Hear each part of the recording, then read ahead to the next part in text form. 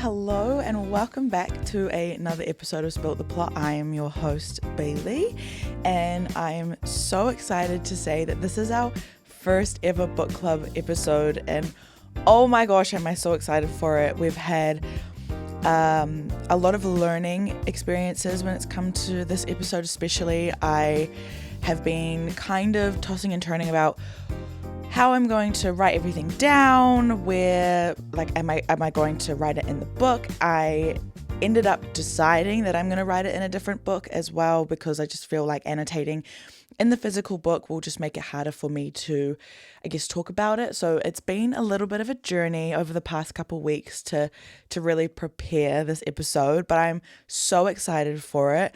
I have loved being back in Twilight and with Bella and with Edward and like kind of with Jacob. Obviously, we've read the first 10 chapters, so there's not much going on at this moment, really. Kind of just I guess a world building and getting to know all of our characters. But yeah, so far so good. This episode we are going to jump into the first 10 chapters and really talk about it, how that's made me feel. There's going to be quite a few eye rolls because some of the characters are a little bit more annoying in the book than they are in the movie. So yeah, stay tuned for that. And like I said, I have got my little book here. I've written everything that I want to talk about today in this book. So I'm really, really excited because I've really just taken the time to write everything out, summarize what's going on, really explain my feelings about the first 10 chapters. So yeah, I'm really excited to jump into it. I do want to talk about, for those that are watching, yes, my mic is bedazzled. If you didn't see on my Instagram, I did post a reel of me bedazzling my microphone. I feel like the set just needed a little bit more pizzazz, so this was my choice of pizzazz. I don't think it's completely finished. I feel like there's still some bits and bobs that I can do to it, but for now, I just wanted to put some gems on it and just give it a little bit more sparkle for the episodes. So yeah, I feel like that kind of completes everything I wanted to talk about in the intro. So without further ado, let's jump into it.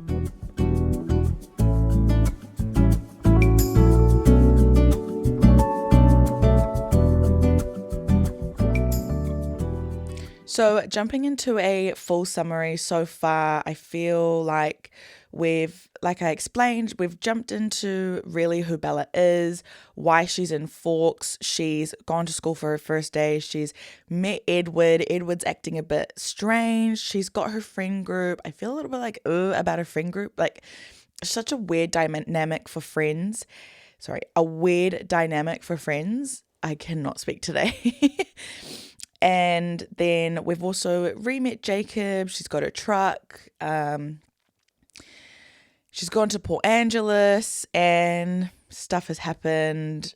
And we've ended up with her sort of just excited and eager to go to school because, of course, none other than Edward Cullen is there.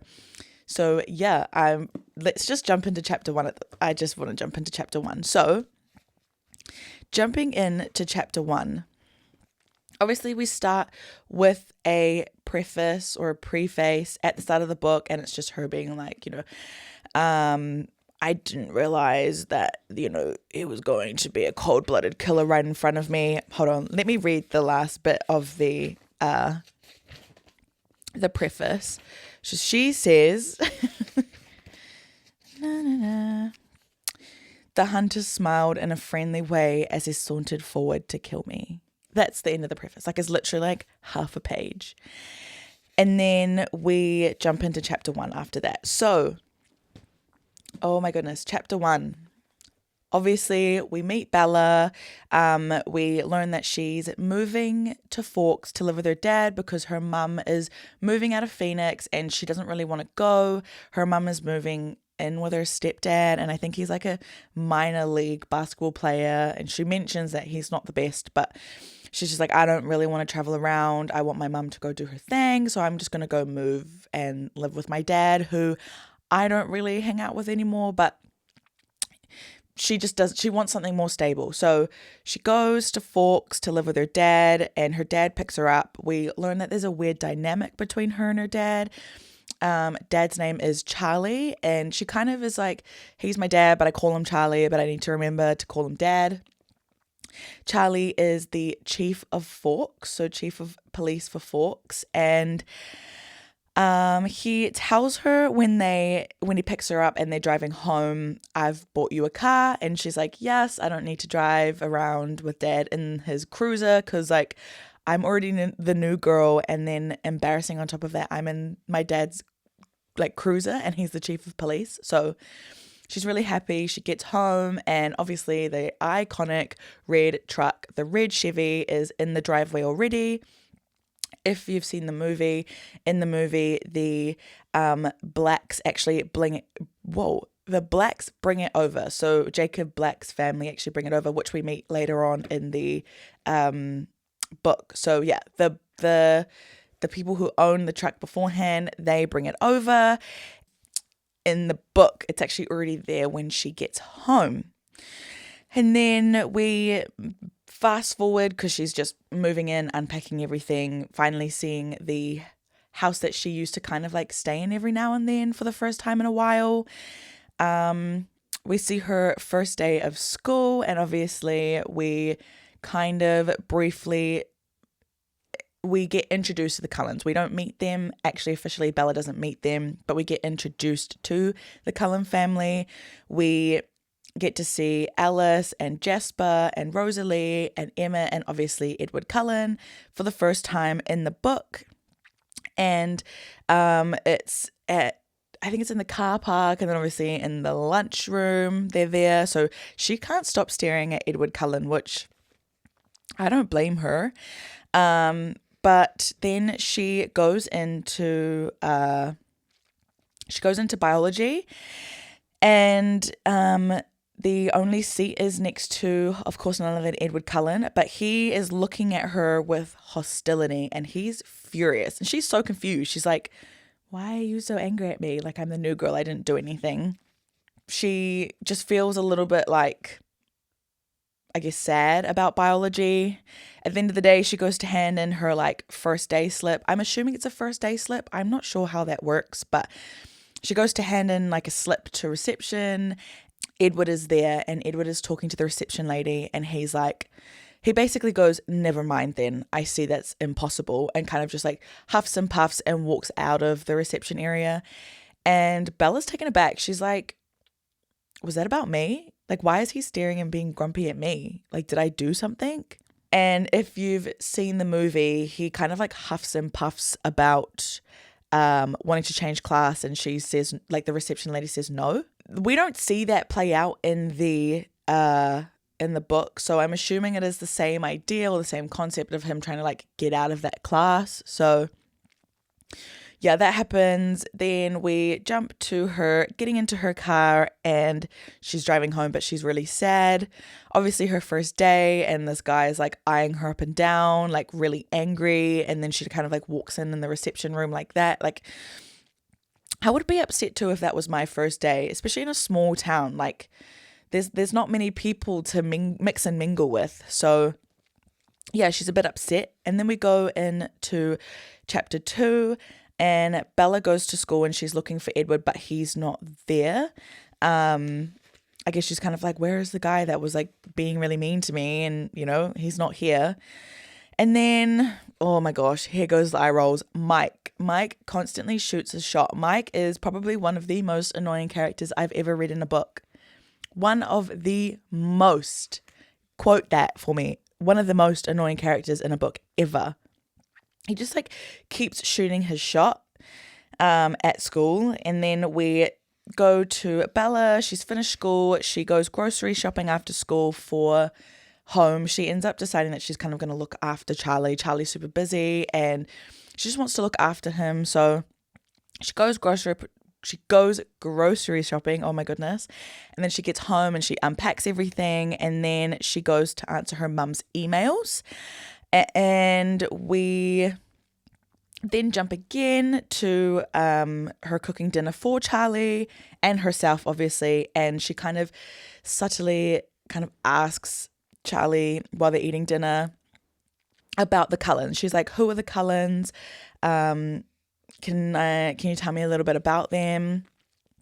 Charlie proceeds to explain to her that the Cullens, obviously they've got 5 kids and they're a foster family. They've adopted these kids, and Dr. Cullen, or Mr. Cullen, their dad, is the doctor of Forks, and he's really good, that she should go see him.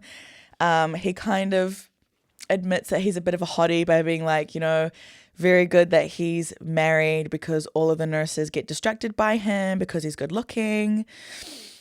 And then after dinner, she goes to bed, and then we kind of get shown that Edward still hasn't shown up to school for basically the whole week. And then so she goes about her day, then we jump into the next day, and he is at school. The Cullens are all back at school, including him, and Bella starts to feel a little bit like nervous, a little bit like tummy funny, because obviously this guy has acted really weird towards her on her first day of school, hasn't shown up for the rest of the week, and now he's here. So Bella goes to biology, and he's actually in class, and he tries to talk to her. Edward is trying to talk to her like nothing happened. Again, if you've seen the movie, this is the microscope scene in biology where they like pass the microscope back and forward. Same thing in the book. They are passing it back and forward, and they take turns kind of like giving their answer. It's just a task between the pairs on the tables. We come to find out that Bella is actually very, very smart. She was like in an advanced program in Arizona, and obviously Edward has got a lot of knowledge on his shoulders, let's put it that way. And then they talk about their lives. She tells him why she's in Forks, about her mum, about Charlie. And then class is over, and Edward kind of just like swiftly leaves the classroom without another mention of anything. And then Mike comes up straight after the class ends, straight up to her, and he's like, talking to her about the class, talking to her about, her biology buddy, which is obviously Edward. And then they go to gym, and then we end off the chapter with her leaving school, but she catches Edward like staring her way and giggling and laughing, which is a completely different vibe, and it's a shift of, I guess, what she knew of him from her first day, where he was just like evil and hostile with like black eyes, and now he's got these like hazel gorgeous eyes. She's like, what the heck is going on? So going into chapter 3, Bella wakes up. She's so eager for school. She's like, yes, I get to see Edward today. Like, there's something captivating about him. I don't know why I'm excited, but Edward Cullen, I'm excited. And she goes to school, and she parks up her truck, and she sees his car over in the car park, and she can see, the silver Volvo, and she gets out of her truck, and then all of a sudden this van comes screaming around the car park and basically slams into her truck. And she should definitely not be alive right now, but she kind of comes to and realizes that Edward is standing over her and like has like stopped the van from hitting her and her truck at the same time. So we come to find out this is Tyler's van, and Tyler jumps out. He's super apologetic. He's like, I'm so sorry, Bella. I'm so sorry. Everyone around is like calling EMTs to try and make sure that, Tyler and Bella get the help that they need. But Bella is just confused. Like she's kind of just in this state of like, how did you, So she's confused because Edward has somehow got into her, stopped the van from crushing her, and saved her in like a millisecond. But she knows that he was on the other side of the car park when she got there, because she looked at the Volvo and knows where he was. And so they go to hospital, and she gets checked over by none other than Dr. Cullen. So this is our first official meeting with Dr. Cullen, or Mr. Carlisle Cullen. And she gets looked over.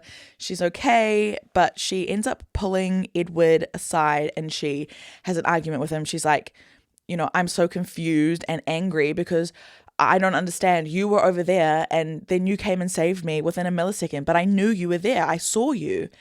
And he's like, no, Bella. Like, he gaslights her. He's like, no, Bella, like, you hit your head. You're not thinking straight. Oh, my goodness. That's such a gaslight. And then she ends up going home that night. Oh, and this is her first ever time she dreams of Edward. Which, that's where we end chapter 3. Then we go into chapter 4 and we learn her dream was about Edward, and he's got radiant skin, glowing skin, and no matter how fast she runs, she can't catch up to him. And, ooh, foreshadowing. And then at school, she's at school and Tyler is just following her around because he's so apologetic. Like, he's all up in her grill at lunchtime, like, I'm so sorry, rah-de-rah-de-rah. But she's still angry at Edward. She's like, why won't you trust me with the truth? Tell me what it is. Like, I won't be angry. I won't be upset. Just tell me how you got to me so quickly. And he just keeps gaslighting her. He's like, no, like, I was there. I was already so close to you. Anyway, we skip forward. Jess asks if she can take Mike to the spring dance, which the spring dance at Forks High School, the girls ask the boys. So Jess is like, I don't know if you'd be upset, but do you mind if I ask Mike to the dance? And she's like, girl, ask him. I don't want anything to do with that. Like, go. Anyway, she ends up coming to lunch and she notices that Jess and Mike are sitting on opposite sides of the lunch table. Jess is not acknowledging Mike at all. She's talking to Eric. And Mike tells Bella that he told Jess that he will think about it because he wants Bella to ask him to spring dance. Oh my goodness, Mike. So Mike is basically like, if you were gonna ask me, I was gonna go with you. Ugh, yuck. So Bella, like, kind of lets him down easy by lying and being like, oh, I'm in Seattle that weekend, like, I can't. And he's like, oh, okay, then, like, I'll just go with Jess. But he's a little bit, like, heartbroken about it because he wanted to go with her. And then we go to biology and she is still arguing with Edward. She's like, what is with you? First off, you were so rude to me on the first day. And then second, you save me. Like I'm so confused. What's going on? But he basically kind of switches the narrative and he's like, I'm sorry for being rude. But I just feel like it's for the best. Like, it's for the best that I am rude to you, and I'm sorry. And then, oh my gosh, these boys are insufferable. Eric asks Bella to the dance, and she clocks him, and she's like, isn't this supposed to be like girls ask boys? And he's like, well, yeah, I was just hoping that you'd ask me. Okay. Again, she continues with the narrative. No, I'm going to go to Seattle that weekend of the spring dance, so, like, no, I won't be here. And then Tyler asks her, she's like, this is girls ask boys. This is not boys ask girls. And he's like, no, but I'm trying to, like, hint to you that I want to go with you. And she says, no, I am going to Seattle. Like, how did this one friend group not like mention or like they didn't even pass along this message that she's going to be away that weekend? It confuffles me. And so she's like, no, I'm going to be in Seattle. And he goes, and remember this, he goes, oh, like, no. He goes, well, there's always prom. And she's like, okay, maybe, yeah. So that ends that conversation. And then we go into Bella at the end of the day. She's talking to Charlie and she tells him that the weekend of the spring dance, she's going to go to Seattle. And so she's kind of like giving him a heads up, and he's a little bit worried because Seattle's a big city and he's, a little bit nervous for her, especially because she's going alone, which she does mention to him.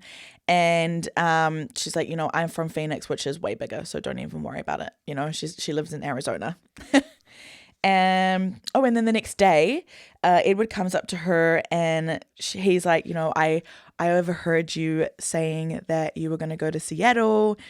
I want to go to Seattle that weekend. Can I drive you? Reluctantly, she's like, okay, sure. Like, she kind of just nods. She doesn't even say yes, she just nods. And that ends chapter 4. Then we go into chapter 5. And oh, yes, the lunch table. Okay, so Bella looks over at the Cullens table and there's only 4 of them and she can't find Edward. But one of the girls on her table mentioned that she thinks Edward's staring at their table. So Bella looks over and he kind of gestures like, come sit next to me.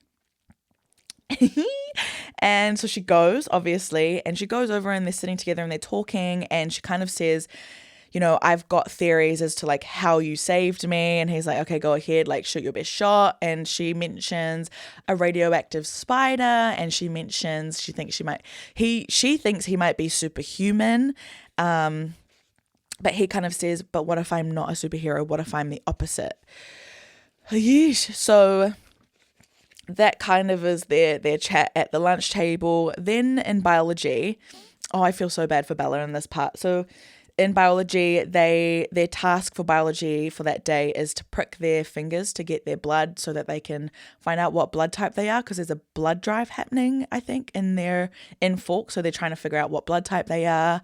And Bella immediately gets faint. She cannot do blood. So Mike gets tasked to take her to the nurse. And sorry, I forgot to say, Edward has skipped biology that day. So that's the reason he's not taking her. Mike ends up being tasked to take her to the nurse. But Edward actually comes out of nowhere and is like, Mike, I got this. I'll look after her. Mike's like, no, like I've been tasked with this. And he's like, Mike, I've got this.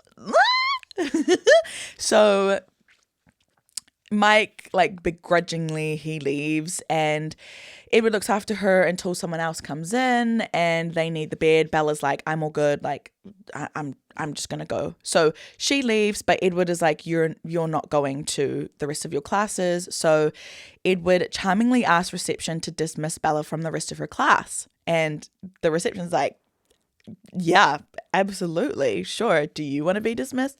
And he's like, no, don't worry about it. Like, I've got this class and the teacher should be fine. And just the charm, the dazzling, Bella calls it. I think he dazzles people.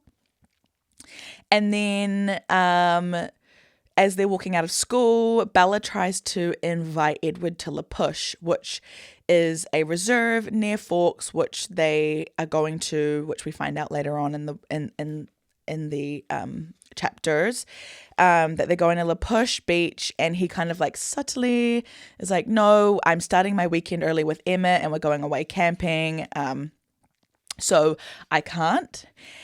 And then he drives Bella home and they talk about why he's with the Cullens. So he talks about, why he got fostered by the Cullens, how young he was, and kind of talks about his family. And we kind of end off with him talking a little bit more about, he talks a little bit more about his camping trip that he's going to take with Emmett. And then we move into chapter 6. The next day, they all talk about their plans for La Push at school. They're explaining, where they're going to meet up and what that looks like. And then the next day, they are going to La Push Beach and Bella meets everybody where they're supposed to meet and they head up to the beach and she re-meets Jacob. When I saw his name for the first time in the book, I think I internally screamed, or maybe I screamed out loud. Yeah, maybe it might have been an external scream. Yeah, I am Team Jacob. If you didn't know, love Edward, but I'm Team Jacob, have been Team Jacob for my whole life since Twilight came out. And I became even more Team Jacob when it came to the books. So I'm Team Jacob. If I needed to say it one more time, I'm Team Jacob. Anyway, they end up catching up about everything. He's like, you probably don't remember me, but you probably remember my sisters. They were more your age. And they are doing this now. They end up going for a walk and Bella kind of mentions about the Cullens and Jacob ends up telling her this story about the Cullens and about things that they call the cold ones. And so he goes on to explain to Bella that the cold ones aren't allowed on the La Push Reserve because of the Quillets. Sorry, that might be really bad pronunciation, but I think it's Quillets. And they basically descend from wolves, and they are kind of like the Quillets own La Push Reserve, and that's theirs, and that's their land. And the Cullens, who are well known to be cold ones, are not allowed on that reserve, which is why he didn't come to the beach that weekend. Then they head back to the van, and Mike, oh my goodness, Mike, he gets all territorial and he's like, where have you been? We're heading back now. Yuck. She gets in the van and they go home. Then we jump into chapter 7, and Bella finds her old CD player and falls asleep to music, and she ends up dreaming. She dreams that Jacob is yelling at her to run, and then Mike yells at her to run, and then she sees this like red-brown wolf. So it's like a red-brown furred wolf. And then Edward steps out of the forest and he's like glowing and gleaming, and the wolf pounces at Edward, and she's screaming because she's scared for Edward.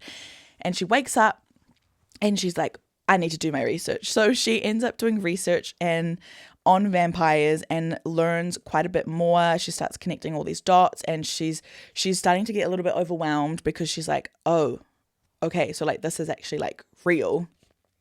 So she ends up going for a walk in the forest just to process everything that she's learned and come to terms with kind of figuring out that this guy that she's been hanging around, who she's starting to like get a little crush on, might be a vampire. And so once she's finished, she goes home, and I don't know how she does this, but she starts writing her paper on Macbeth for school.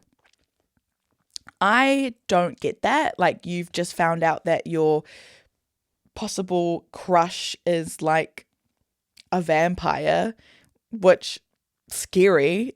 And she's just like, okay, well, I've processed. I'm going back to, writing my paper on Macbeth. What the heck?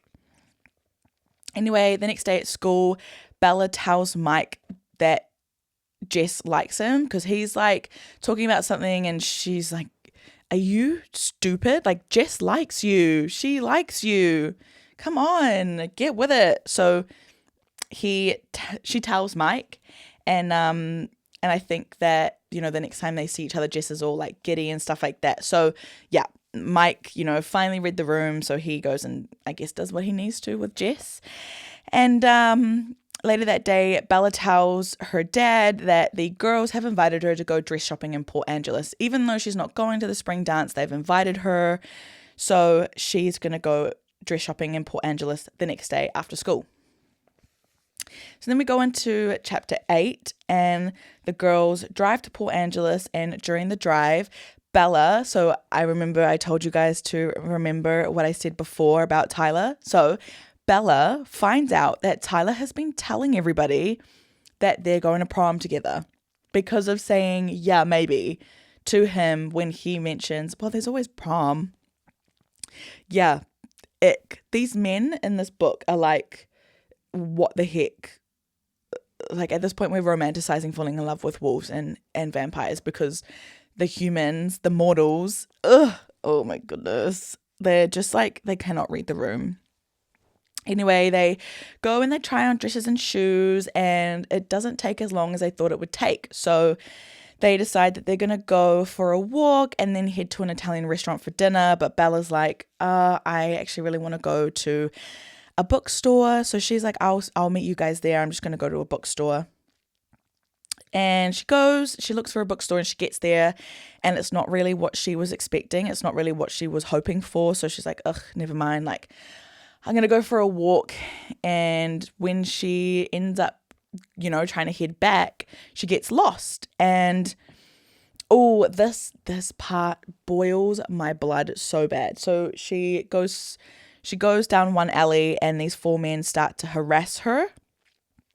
And every time she tries to like take another corner, they're there, and they've like basically cornered her. She can't get anywhere back to the main road unless she goes through these men. And then when she feels like she's like completely cornered and can't do anything, this silver Volvo skids around the corner and it comes straight her way, and the door opens and it's Edward, and he basically is just like, get in the car.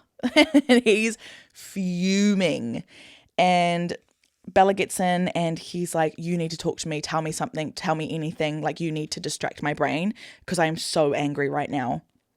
So she does, she just yaps. And then they go to the restaurant and the girls are standing outside and they're like, Bella, where have you been? We've been so worried. She's like, I'm so sorry. Like I went to the bookstore. It took a little bit longer than expected. And obviously they notice that Edward's next to her and they're like, what the heck? And, you know, she's like, it's okay. Like, let's just go have dinner. And the girl's like, we're so sorry. We ate without you because you took so long. But we were worried. The dynamic between these girls are crazy. Anyway, yeah, the girls are like, you know, we're so sorry. And Edward's like, don't worry about it. You guys go home. I'll take Bella for dinner and I'll bring her home safe. So that ends that. Oh, no. And then they, we kind of sit through her date. Well, I say date, but it's not a date. It's kind of just like her eating and him sitting there watching. And so the whole time, Edward is being flirted with the waiter and he does not take his eyes off Bella for 1 second.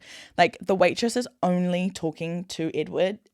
Just, Bella's not even there and he doesn't even notice her. He's like dead set at Bella, like, she'll have this, she'll have that. Like, oh, yes, please. And then they finish up at the restaurant and we head to chapter 9, where on the drive home, they talk about his ability to hear others' thoughts except hers. So he explains it as like, he's on FM and she's on AM and everyone else is on FM, but she's just on AM by herself, and she kind of has her own thoughts in her own world and he can't hear hers, which is driving her nuts, which is why he always asks her, like, what are you thinking? What are you thinking about? And then she talks about her conversation with Jacob and how she thinks that, well, she kind of subtly mentions that she thinks he's a vampire. She kind of explains to him the story about the Cold Ones and the La Push Reserve, and Edward doesn't really deny anything. And, oh, this is a really good quote, and this is a standout quote in this book that I love.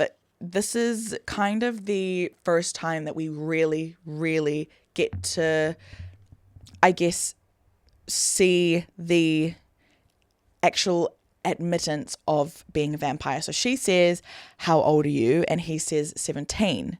She's like, how long have you been 17? And he says, a while. Yes, I love that quote. And then on the drive home, he continues to warn her about himself and trying to be like, you know, you need to stay away from me. This isn't good. We shouldn't be friends. And then she just continues to ask questions. She's like, like, don't even worry about it. Like, at this point, like, you know, if you were going to eat me, you'd have eaten me by now. So they get home and he mentions to her, please don't go into the forest alone. There are more dangerous creatures out there than me. Like, there are more dangerous things than me out there. And she goes up to her room, and again, this is such an important quote, and it's such a big, like, part of this chapter. She goes, first, Edward was a vampire. Second, there was a part of him, and I didn't know how potent that part might be, that thirsted for my blood. And third, I was unconditionally and irrevocably in love with him. Ugh, what the heck? Like, that's such a good quote. Just the way, especially in the movie when she goes, and I was unconditionally and irrevocably in love with him. Bella, girl. ugh, I love this quote so much. Like, it just kind of encaptures this whole first 10 chapters of like really what's going on. And then we head into chapter 10, which doesn't have much to it. Edward comes to pick Bella up for school. Yes! And they head to school, and he basically is like, I can read Jess's thoughts, and I know she's got a lot of questions for you. Good luck. And she's like, could you give me any like heads up? And he's like, no, you've got this. So she goes, and Jess is just like, oh my gosh, tell me what happened. Tell me everything. And she kind of like subtly tells her what happened. She can't tell her everything because obviously she can't be like, and he's a vampire. So yeah, she kind of gives her a little bit about what happened. And then after class, Edward picks her up from class. So he's like waiting outside for her at the end of class, and they go to lunch together. Oh, and they talk about their plan for Seattle, which is coming up. And then, oh yes, and then she kind of goes back to the camping because she spoke to Charlie about where they went camping, and he said that there's lots of bears there. So she's like, you and Emmett went camping in this place and there's lots of bears there, like why? And then the school bell rings, and so they basically end up parting ways, and he's like, I'll talk to you about it later. And that is the 10 chapters. Wow, I cannot believe that we've got through that much in the first 10 chapters. Obviously, there's not many chapters in this book, so we, I guess, don't have, like, they've got to kind of cram it into as much as they can. But yeah, I loved it. I've loved the first 10 chapters so far. 369 will be our next finish, or our next end for our next episode, which is 2 weeks away. So we've got 2 weeks to read up to 369, which is up to chapter 21. And we, again, will do the same thing. We'll jump into every chapter and have a look at every chapter, summarize it. I will talk about how I'm feeling about it. So that's what we're going to get up to. But that is the end of our book club episode. Wow. I've actually really loved preparing for this episode, and I've really loved just talking about it and yappering about it, because when you read a book and then you have no one to talk to about it, this is like my outlet for that, which has been so awesome. Again, thank you so much if you are reading along. I would love to hear your thoughts about the first 10 chapters, or if you've watched the movie and you're kind of up to where we are in the book, please just tell me what you think about it, because I would love to get everyone's opinions on the book so far. Anyway, that completes our episode for today. Thank you so much for being here. If you're listening or if you're watching, again, thank you so much for the support. If you're listening in the morning, I hope you have a wonderful rest of your day. If you're listening in the car, please drive safe. Or if you're listening in bed at nighttime, have a wonderful sleep. Thank you so much for being here again, and I will see you guys next week at the same time on the same day. Bye.